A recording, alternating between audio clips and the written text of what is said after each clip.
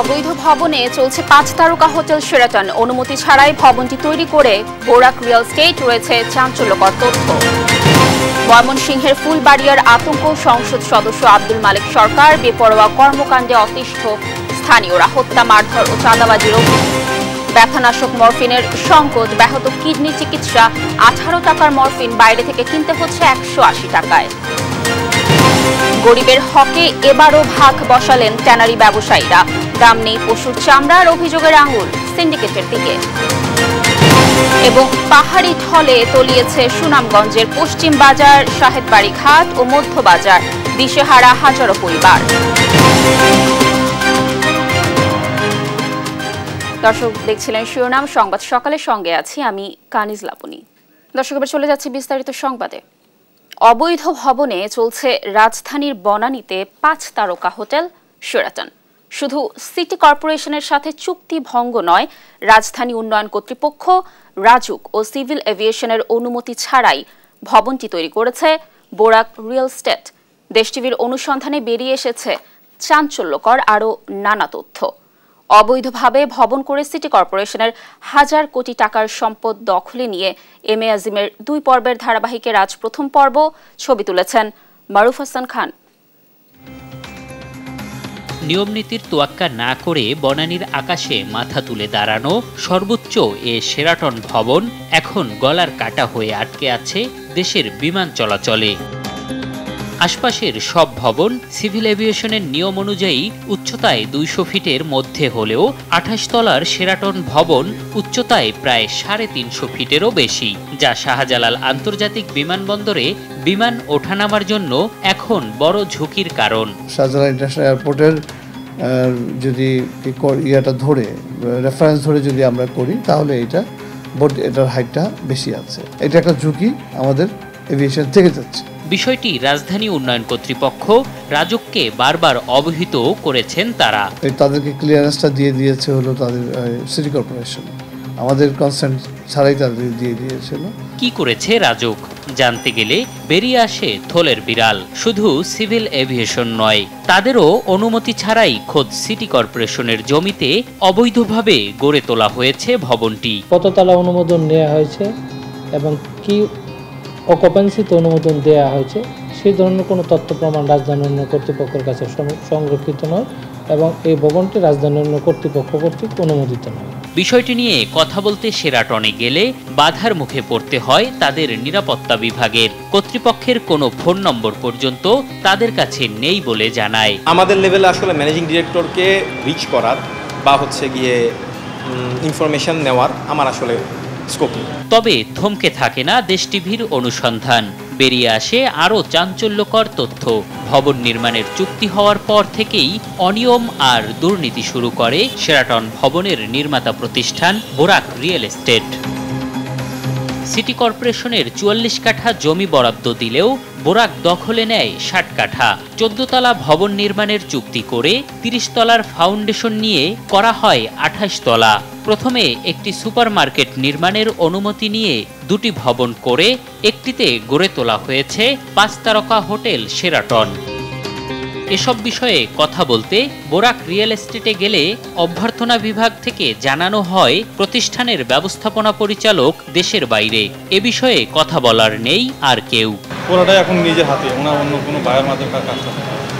দেশে ফিরবে বা এরকম কোনো মেসেজ নেই। বিষয়টি নিয়ে কথা বলতে বারবার সিটি কর্পোরেশনে গিয়েও মেলেনি কোনো বক্তব্য। এখন স্যার বলতেছে যে এটা ছিল আদালতের বিষয়, বক্তব্য 2006 সালে 14 তলা ভবন নির্মাণের জন্য বোরাককে জমি বরাদ্দ দেয় সিটি কর্পোরেশন। চুক্তিভঙ্গ আর নানা অনিয়মের পরও বছরের পর বছর ধরে যেন মুখ বন্ধ সিটি কর্পোরেশনের। তাহলে কি অনিয়ম আর দুর্নীতির সাথে সম্পৃক্ততা আছে তাদেরও? এমন প্রশ্নই এখন জনমনে। এম এ আজিম, দেশ টিভি, ঢাকা। সংসদ সদস্য আব্দুল মালেক সরকার ও তার অনুসারীদের একের পর এক বেপরোয়া কর্মকাণ্ডে আতঙ্কের জনপদ হয়ে উঠেছে ময়মনসিংহের ফুলবাড়িয়া। হত্যা, সরকারি কর্মকর্তাকে মারধর, স্ট্যান্ড নিয়ন্ত্রণ নিয়ে চাঁদাবাজি, সবকিছুতেই রয়েছে এমপি ও তার অনুসারীরা।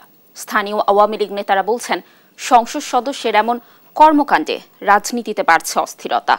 ময়মনসিংহ থেকে সহকর্মী ইলিয়াস আহমেদের পাঠানো তথ্যচিত্রে আপন অপুর ডেস্ক রিপোর্ট।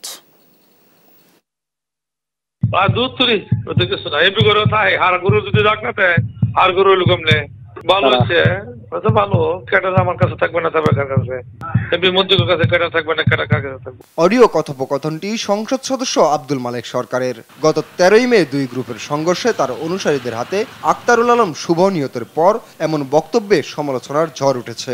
এমপির সাথে সেলফি তুলতেও দেখা যায় শুভ হত্যায় অভিযুক্তদের। এতে ন্যায় বিচার নিয়ে শঙ্কিত নিহতের পরিবার।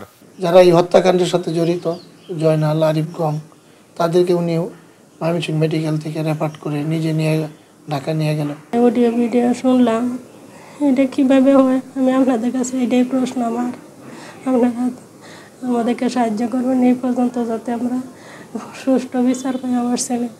এমপি মালেক সরকারের কিছু ছবি এবং অডিও কথোপকথন ভাইরাল হয়েছে, যেটা নিয়ে আমরা শঙ্কিত। আসলে আমরা এখানে কতটুকু বিচার পাবো। শুভ হত্যা ছাড়াও সম্প্রতি এমপি আব্দুল মালেক সরকারের অনুসারীদের মারধরের শিকার হন উপজেলা মাধ্যমিক শিক্ষা অফিসার। ভাঙচুর চালিয়ে নিয়ন্ত্রণে নেন আলম এশিয়া পরিবহন। এমপি মানে তো সে মানে একদম আমরা ভয়ে থাকি। এত আসার পরে কয়টা ঘটনা হয়েছে, একটা দুটা না, কয়টা ঘটনা হলো। মালেক সরকারের নিয়ন্ত্রণের তার পক্ষের লোক এগুলো করছে এবং তার পক্ষের লোকে এটা নিয়ন্ত্রণ করতেছে। এমপির একের পর এক বিতর্কিত কর্মকাণ্ডে রাজনৈতিক অস্থিরতা বাড়ছে বলে জানান স্থানীয় আওয়ামী লীগ নেতারা। এই ধরনের ঘটনা আমরা কখনোই সমর্থন করি না, তবে সকলেরই শান্তিপূর্ণ অবস্থানে থাকা উচিত। যারা দায়িত্বশীল পোস্টে আছে তাদের কথাবার্তা বলায় অবশ্যই সাবধানতা অবলম্বন করা উচিত এবং কথাবার্তা বলার সময় চিন্তা ভাবনা করা উচিত। এ বিষয়ে সংসদ সদস্য আব্দুল মালেক সরকারের সাথে একাধিকবার মুঠোফোনে যোগাযোগ করার চেষ্টা করা হলেও তা সম্ভব হয়নি। সম্প্রতি রাজনৈতিক পালাবদলের সঙ্গে সঙ্গে পরিবর্তন আসাটা স্বাভাবিক মনে করছেন এমপির অনুসারী উপজেলা পরিষদের ভারপ্রাপ্ত চেয়ারম্যান। আপনি একটা সংগঠনের দায়িত্ব আছেন, সারা জীবনই থাকবেন, পরিবর্তন হইতে পারে না। পরিবর্তনের চেষ্টা আর কি করছে, বা অনেকে এরকম মনে করে, সাধারণ মালিকরা মনে করতেছে অনেকদিন তারা ছিল, এখন আমরা দেখি কি করা যায়। ফুলবাড়িয়া উপজেলা আওয়ামী লীগের সাবেক সাধারণ সম্পাদক আব্দুল মালেক সরকার উপজেলা পরিষদের চেয়ারম্যান পদ থেকে পদত্যাগ করে গত 7 জানুয়ারির নির্বাচনে স্বতন্ত্র সংসদ সদস্য নির্বাচিত হন। নিউজ ডেস্ক, দেশ টিভি। ব্যথানাশক মরফিনের সংকটে ব্যাহত হচ্ছে দেশের একমাত্র প্যালিয়েটিভ কেয়ার ইউনিটের চিকিৎসা। মাত্র 18 টাকা দামের মরফিন বাইরে থেকে কিনতে হচ্ছে 180 টাকায়। এমন অভিযোগ করেছেন রোগীর স্বজনরা। প্রতি বছর ক্যান্সার, কিডনির মতো দুরারোগ্য রোগে আক্রান্ত এমন প্রায় 6 লাখের বেশি মানুষের জন্য দরকার হয় প্যালিয়েটিভ কেয়ার। অথচ দেশের একমাত্র বঙ্গবন্ধু শেখ মুজিব মেডিকেল বিশ্ববিদ্যালয়ে এই বিভাগ আছে, যেখানে বেড মাত্র 21টি।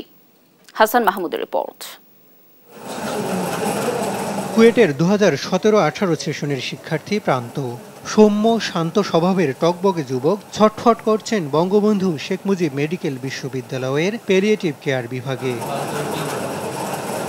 মরণব্যাধি ক্যান্সার শনাক্ত হলে থেমে যায় জীবনের চাকা। তার সহপাঠীরা যখন বিশ্ববিদ্যালয়ের পাঠ শেষে কর্মজীবনের প্রস্তুতি নিচ্ছেন, তখন দেশে বিদেশে চিকিৎসা শেষে প্যালিয়েটিভ কেয়ারে সমর্পণ করেছে পরিবার। পরে এখন বেশি অসুস্থ হয়ে পড়ছে, জ্বর, বমি, পেট ফুলে যাচ্ছে। শেষ জীবনে একটু প্রশান্তির জন্যই এই সেন্টারে নিয়ে আসেন স্বজনরা। হায়াত মতো আল্লাহর হাতে, যখন কি হবে না হবে, কিন্তু যতদিন বাঁচে যাতে একটু শান্তি মতো থাকে। আপাতত কেমো অফ রাখছে, এখন শুধু যখন যে প্রবলেম হয় এটার জন্য ট্রিটমেন্ট দিই। একটু আত্মিক, মানসিক, সামাজিক প্রশান্তির মধ্য দিয়ে কষ্টমুক্ত নিরাপদ মৃত্যুই চায় অসহায় পরিবারগুলো। কিন্তু অসহায়ত্বের সুযোগ নিয়ে নিদারুণ যন্ত্রণায় ফেলে দেয় সমাজেরই কিছু মানুষ। যেমন ইয়াসিন নামের 16 বছরের কিশোর ক্যান্সারে আক্রান্ত।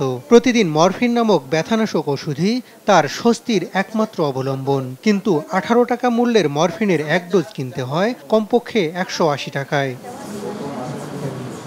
দেশে প্রতি বছর অনিরাময়যোগ্য ক্যান্সার, কিডনি, লিভারের রোগে আক্রান্ত কমপক্ষে 6 লাখ মানুষের প্যালিয়েটিভ কেয়ার দরকার। সেখানে মাত্র 1.5 থেকে 2,000 মানুষের সম্ভব হয় এই সেবা। নিরাপদ জন্মের মতো নিরাপদ মৃত্যু একজন মানুষের অধিকার, তাই নিরন্তর চেষ্টা চিকিৎসকদের। প্রত্যেকটা রোগীরই একটা জায়গা আছে যেখান থেকে আসলে নিরাময় হওয়াটা সম্ভব হয়ে ওঠে না। প্যালিয়েটিভ কেয়ার সবার সাথে সাথে সবার পাশাপাশি এই চিকিৎসা ব্যবস্থাটা প্রদান করতে পারে। আমাদের দেশে যদি নিরাপদ জন্ম একটি অধিকার হয় মানুষের জন্যে, তাহলে নিরাপদ মৃত্যুও তাদের একটি অধিকার হতে হবে। ঢাকা মেডিকেল জাতীয় ক্যান্সার গবেষণা হাসপাতালে কয়েকটি বেডে এ সেবা দেওয়া গেলেও দেশের একমাত্র পূর্ণাঙ্গ ওয়ার্ড বঙ্গবন্ধু শেখ মুজিব মেডিকেল বিশ্ববিদ্যালয়ে। প্যালিয়েটিভ কেয়ারকে প্রতিটা মেডিকেল কলেজে এমনকি জেলা হাসপাতালে যদি প্রসারিত করা যায় এবং প্রশিক্ষণ দিয়ে যদি উপজেলা পর্যন্ত নেওয়া যায়, কারণ নিরাময়যোগ্য শয্যাশায়ী এবং ক্যান্সারের রোগী সারা দেশেই আছে। অবধারিত মৃত্যুকে নিরাপদে আলিঙ্গন করতেই চেষ্টা চিকিৎসকদের। তবে আত্মার সঙ্গে স্রষ্টার নিবিড় সম্পর্কের জোরে কিছু মানুষ ফিরে আসেন সম্পূর্ণ সুস্থ হয়ে। বিশেষজ্ঞরা এর নাম দিয়েছেন স্পিরিচুয়াল মেডিসিন। উন্নত বিশ্বে বিস্তর গবেষণা হলেও দেশে এখনো এ সেবা সম্পর্কেই ধারণা কম মানুষের। বন্ধু বান্ধব এসে যদি একটা রোগীর পাশে বসে ভালো কথাবার্তা বলে তাহলে সে ভালো ফিল করে। তো এই জিনিসগুলো আমার ধারণা হলো স্পিরিচুয়াল যখন আছে এটা নিশ্চয়ই আল্লাহর সাথে যোগাযোগ আছে, সৃষ্টিকর্তার সাথে যোগাযোগ ছাড়া স্পিরিচুয়াল হইতে পারে না। তবে এসডিজি গোল বাস্তবায়ন করতে হলে প্যালিয়েটিভ কেয়ার নিশ্চিত করার তাগিদ দিয়েছে বিশ্ব স্বাস্থ্য সংস্থা। হাসান মাহমুদ, দেশ টিভি, ঢাকা। গেল কয়েক বছরের মতো এবারও দাম নেই চামড়ার। পানির দামে চামড়া কিনছেন আড়তদাররা। এতে বড় ক্ষতির মুখে পড়েছেন মৌসুমি ব্যবসায়ীরা, যদিও আড়তদাররা দুষছেন ট্যানারি মালিকদের। এদিকে চামড়ার কাঙ্ক্ষিত দাম না পেয়ে অনেক ব্যবসায়ী ব্যক্তি পর্যায়ে লবণ দিয়ে সংরক্ষণ করছেন চামড়া। প্রতিনিধিদের পাঠানো তথ্য ছবিতে আপন অপুর রিপোর্ট। কোরবানির পরপরই চামড়া আসতে শুরু করেছে দেশের দ্বিতীয় বৃহত্তম চামড়ার আড়ত কুষ্টিয়ার বাবুরালী গেটে। তবে এখানকার ব্যবসায়ীরা সরকার নির্ধারিত মূল্যে কিনছেন না চামড়া। এখানে গরুর চামড়ার পিস প্রতি 800 থেকে 1000 টাকায় বিক্রি হলেও ভাটা ছাগলের চামড়ায় পিস প্রতি বিক্রি হচ্ছে 50 থেকে 100 টাকায়। ট্যানারির মালিকরা যদি সেই সরকারি রেট হিসাব করে আমাদের দেয় তো ইনশাল্লাহ আমরা কিছু লাভবান হব। সরকার যে দাম দিয়েছে এই দামে চামড়া কিনলে আমাদের লস হবে। সরকারি রেটে চামড়া টেনারি মেলে কখনোই নাই না।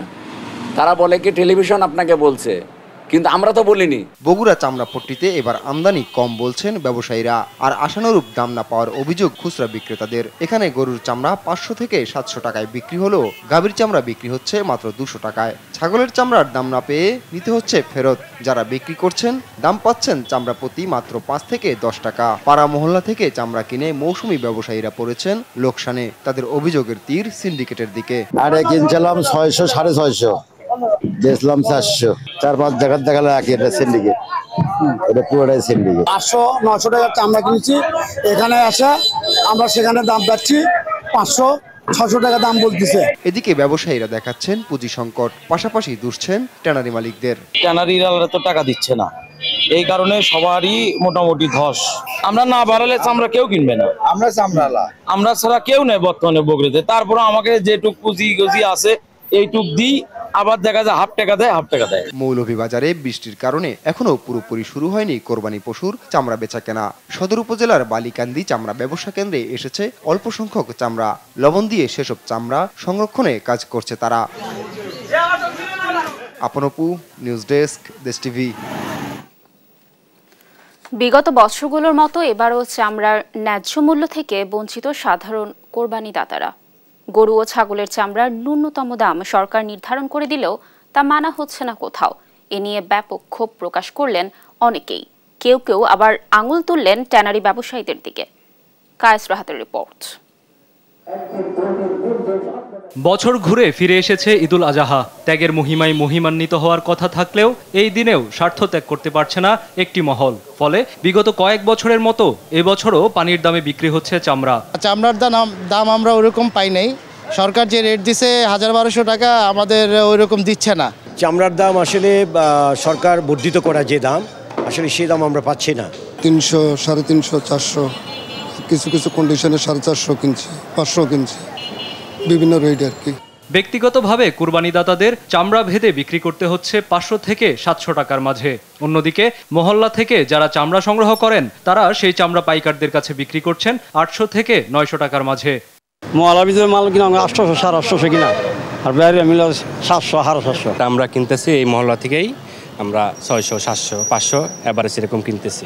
অনেকেই বলছেন বিদেশি বিনিয়োগ না থাকা প্রক্রিয়াজাতকরণের কেমিক্যালের দাম বাড়ার কারণে চামড়ার দাম এত কম। কেউ কেউ আবার দুষলেন ট্যানারি মালিকদের সিন্ডিকেটকে। আজকে আমি 750 টাকার চামড়া কিনা ওই চামড়া আমি বিক্রি করার জন্য সায়েন্স ল্যাবে গেছি। ট্যানারি এলারা ওনারা এমন একটা সিন্ডিকেট, সবাই একদম, কেউ 5 টাকা বাড়াবে না, কমাবে বাড়াবে না। 550 টাকা বলতেছে, আমরা 700 টাকা আমরা কিনছি। আমাদের আগে ইউরোপিয়ান ইউনিয়নরা আসছে আমাদের এখান থেকে চামড়া নিত, এখন একমাত্র চায়না ছাড়া আমাদের আর কোনো বায়ান নাই, আর ওরা আমাদের এখানে আসে সিন্ডিকেট করে মাল নেয়। তবে বাংলাদেশ ট্যানার্স অ্যাসোসিয়েশনের সাধারণ সম্পাদক শাখাওয়াতুল্লাহর দাবি, সাভারে চামড়া প্রক্রিয়াজাত করার আরও কিছু ইউনিট অচিরে চালু হবে। সবগুলো ইউনিট চালু হয়ে গেলে এ সমস্যার সমাধান হবে বলেও আশাবাদ ব্যক্ত করেন তিনি। ওয়েস্ট ম্যানেজমেন্ট কিছু ওই অসম্পূর্ণ আছে, এটা নিয়ে সরকার কাজ করতেছে। আমরা সরকারকে সর্বাত্মক সহযোগিতা করে আসতেছি। যেখানে আমরা 142টা ট্যানারি উৎপাদন আছে, এখানে যদি 20টা ট্যানারি যদি আমরা LWG সনদ পেয়ে যাই, তাহলে চামড়ার যে আজকে দুরবস্থা, চামড়ার যে আজকে কম বলতেছে অনেকে, কিন্তু এই অবস্থা থাকবে না।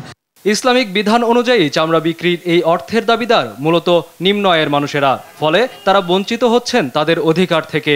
অন্যদিকে চামড়ার এত কম দাম যেন ট্যানারি শিল্পের বেহাল দশাই প্রমাণ করছে।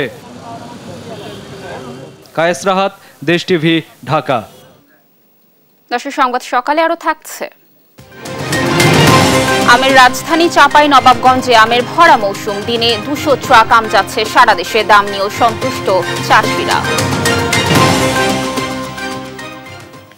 2 সপ্তাহের ব্যবধানে ভারী বর্ষণ আর পাহাড়ি ঢলে সুনামগঞ্জের দোয়ারা বাজারে বাঁধ ভেঙে প্লাবিত হয়েছে 10টি গ্রাম। সেই সাথে পানির নিচে তলিয়েছে পৌর শহরের পশ্চিম বাজার, সাহেদবাড়ি ঘাট, মধ্য বাজার। পানিতে সর্বস্ব হারিয়ে দিশেহারা বানভাসী হাজারো পরিবার।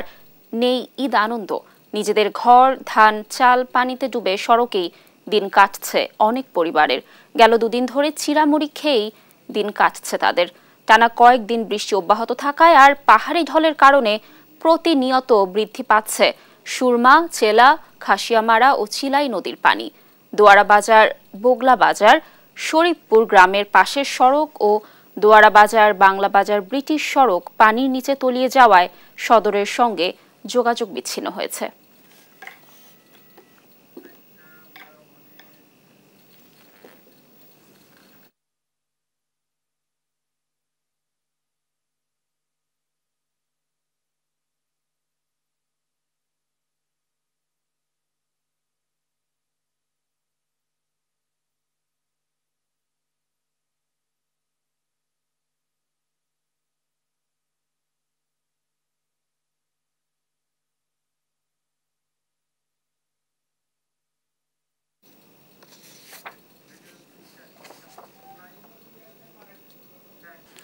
ঈদ আনন্দ উপভোগে সমুদ্র সৈকত কক্সবাজারে আসতে শুরু করেছেন পর্যটকরা। দর্শক, এই বিষয়ে আরো তথ্য জানাতে কক্সবাজার থেকে সরাসরি যুক্ত হচ্ছেন সহকর্মী সৌরভ দেব।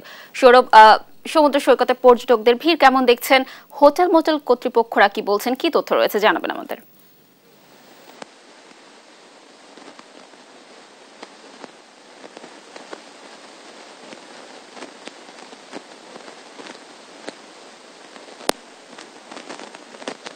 বলছেন তেমন আশানুরূপ কোনো পর্যটক এখন পর্যন্ত আসেনি এবং আজকে ছুটির শেষ দিন, আগামীকাল থেকে কর্মদিবসও শুরু হচ্ছে, কিন্তু এখন পর্যন্ত আসলে তেমন কোনো আশানুরূপ পর্যটক কক্সবাজারে নেই। এবং ব্যবসায়ীরা যেটি বলছেন, আসলে স্বাভাবিকভাবেই কোরবানির ঈদে মানুষ পরিবার পরিজন নিয়ে তাদের গ্রামের বাড়িতে সময় কাটিয়ে থাকেন স্বাভাবিকভাবেই, এবং খুব অল্প সংখ্যক পর্যটক আসলে বছরের এই সময়টাতে কক্সবাজারে থাকেন। এবং সেই সাথে সেন্ট মার্টিনও বন্ধ রয়েছে, যেহেতু এই বর্ষা মৌসুমের অন্যান্য দ্বীপ উপজেলাগুলোতেও জনের যাতায়াত আসলে কম থাকে। তবে ব্যবসায়ীরা যেটি যে বর্ষা মৌসুমে এখনো কিছু পর্যটক আসেন কক্সবাজারে বর্ষার রূপ দেখবার জন্য, এবং হয়তো ঈদ মৌসুমটি শেষ হলেই সেই বর্ষা মৌসুমের যে পর্যটকরা তারা আসতে পারেন। তবে আমরা বিভিন্ন যে পর্যটন কেন্দ্রগুলো রয়েছে সেখানেও পর্যটকদের তেমন একটি ভিড় নেই। তবে যারা এসছেন তারা ঈদ আনন্দ উপভোগ করছেন এবং হোটেল মোটেলগুলোতেও বিশেষ ছাড়েরও ব্যবস্থা করা হয়েছে। তো যারা কক্সবাজারে আসবেন মূলত তারা সেই ছাড়ের আওতাভুক্ত থাকবেন। তবে যে তারকামানের হোটেলগুলো রয়েছে, তারকামানের হোটেলগুলোর কর্তৃপক্ষরা বলছেন তাদের যে হোটেল বুকিং সেটি অনেকটা 50 থেকে 60% পর্যন্ত আছে এখন পর্যন্ত। তবে ঈদের ছুটি যেহেতু আজ শেষ হচ্ছে সেহেতু বলাই যায় যে হচ্ছে গিয়ে এই সপ্তাহে হয়তো পর্যটকদের আনাগোনা আর তেমন একটা দেখা যাচ্ছে না। তবে আগামী সপ্তাহে যেটি আসলে আগেও বলছিলাম যে ব্যবসায়ীদের একটা প্রত্যাশা আছেই যে বর্ষা মৌসুমকে ঘিরে কিছু পর্যটক কক্সবাজারে আসেন, তারা হয়তো তাদের সেই সময়টুকু উদযাপন করবেন। এবং আমি এখন যে পয়েন্টটিতে আছি এটি হচ্ছে কক্সবাজার সমুদ্র সৈকতের সুগন্ধা পয়েন্ট। এখানে সবসময়ই পর্যটকদের একটা ভিড় সব লেগেই থাকে, কিন্তু যেটি আসলে বলছিলাম যে কোরবানির ঈদ হওয়াতে সেই ভিড় এখন পর্যন্ত নেই এবং ব্যবসায়ীরা বিশেষ ছাড়েরও ব্যবস্থা করেছিল, কিন্তু এখন পর্যন্ত তেমন কোনো আশানুরূপ সাড়া তারা পাননি। অন্যদিকে জেলা প্রশাসনের পক্ষ থেকে পর্যটকদের হয়রানি বন্ধ সহ নানান অভিযোগ যেন না আসে সেই কারণে তারা বিশেষ ব্যবস্থা গ্রহণ করেছে। বিশেষ পর্যটন সেল রয়েছে জেলা প্রশাসনের এবং টুরিস্ট পুলিশের বিভিন্ন পদক্ষেপ তো আছেই। এবং কক্সবাজারে এখন পর্যন্ত যেটি উল্লেখযোগ্য যে রাত্রি যাপনের ক্ষেত্রে বিশেষ করে সমুদ্র সৈকতে মধ্যরাত পর্যন্ত থাকার জন্য পর্যটকদের নিরাপত্তায় টুরিস্ট পুলিশ বিশেষ ব্যবস্থা আসলে নিয়ে থাকে। তো কক্সবাজার থেকে আসলে পর্যটন কেন্দ্রের যে খবর সেই খবরের আমার কাছে এই ছিল সর্বশেষ। ধন্যবাদ সৌরভ আমাদের সাথে যুক্ত থাকার জন্য। দর্শক, ঈদ আনন্দ উপভোগে কক্সবাজার সমুদ্র সৈকতে আসতে শুরু করেছেন পর্যটকরা, সে ব্যাপারে বিস্তারিত তথ্য জানাচ্ছিলেন আমাদের সহকর্মী সৌরভ। আমের রাজধানী খ্যাত চাঁপাইনবাবগঞ্জে এখন আমের ভরা মৌসুম। প্রতিদিন প্রচুর পরিমাণ কাঁচা পাকা আম আসছে বাজারে। এখানকার আমের বিশেষ চাহিদা থাকায় দিনে প্রায় 150 থেকে 200 ট্রাক আম যাচ্ছে রাজধানী সহ সারা দেশে। এবার আমের দাম নিয়েও সন্তুষ্ট চাষিরা। সহকর্মী তারেক রহমানের পাঠানো রিপোর্ট জানাচ্ছেন দিবাশ্রী বড়ুয়া। জমজমাট হয়ে উঠেছে চাঁপাইনবাবগঞ্জের আম বাজারগুলো। এরই মধ্যে শেষ হয়ে গেছে গোপালভোগ জাতের আমের সরবরাহ। বাজার এখন খিরসাপাত ও ল্যাংড়া আমের দখলে। এরপর বাজারে আসবে ফজলি, তারপর বাজার মাতাবে আশিনা আম। চাঁপাইনবাবগঞ্জের আম সুমিষ্ট হওয়ায় দেশের অন্যান্য জেলায় এই আমের বিশেষ চাহিদা রয়েছে। প্রতি মণ বিক্রি হচ্ছে 4 থেকে 5,000 টাকা পর্যন্ত। আমের দাম ভালো পাচ্ছেন বলে জানান আম চাষিরা। 5,000 থেকে 4,000 টাকা মণ। গতবার এই সময় আম বিক্রি করেছিলাম 2,000 টাকা মণ কাটে। ওই তুলনায় আম কম থাকার কারণে আমার দামটা একটু 2 গুণ হয়ে গেছে। আমারা শান্তিপূর্ণভাবে আম বিক্রি করতে পারছে। সব মিলিয়ে কাঁচার বাজার ঈদের মতো জমজমাটভাবে জমে গেছে। গত বছর তার আগের বছর কম দাম ছিল, আমাদের ক্ষতি হয়েছে। এবছরে পুষিয়ে উঠতে পারি। এরকম শেষ পর্যন্ত যদি আমের বাজারটা থাকে তাহলে আম বিক্রি করে পুষিয়ে উঠতে পারি।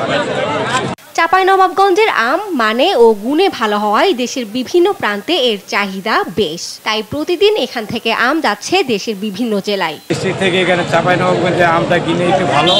আমটা মেচুর হয়েছে, পাকা লাগছে, এখানে কোনো মেডিসিন লাগে না, ফরমালিন লাগে না, কিছুই লাগে না।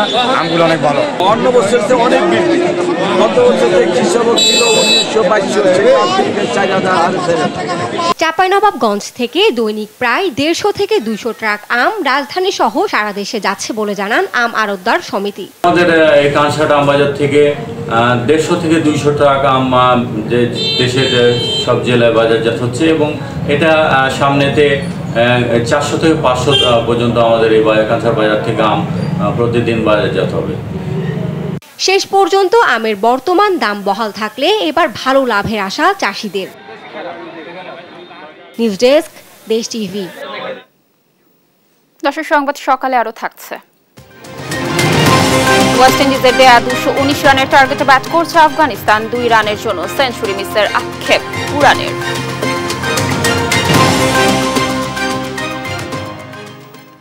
15 দিনের ব্যবধানে বগুড়ায় আবারও জোড়া খুনের ঘটনা ঘটেছে। সোমবার রাত 1টার দিকে শহরের নিশিন্দারা চক্করপাড়া এলাকায় শরীফ ও রুমন নামের দুই যুবককে ছুরিকাঘাতে হত্যা করে দুর্বৃত্তরা। এ ঘটনায় হোসেন নামে এক যুবক আহত হয়ে হাসপাতালে চিকিৎসাধীন। রাজনৈতিক কারণে এ খুনের ঘটনা ঘটতে পারে বলে অভিযোগ স্বজন ও এলাকাবাসীর।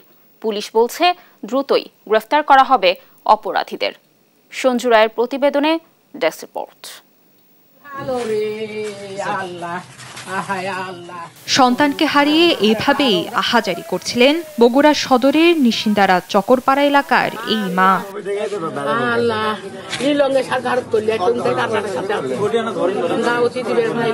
সোমবার দিবাগত রাত আনুমানিক 1টায় শরীফ ও রুমন নামের দুই যুবককে ছুরিকাঘাতে হত্যা করে দুর্বৃত্তরা। দুইজনই কর্মরত ছিলেন একই দোকানে।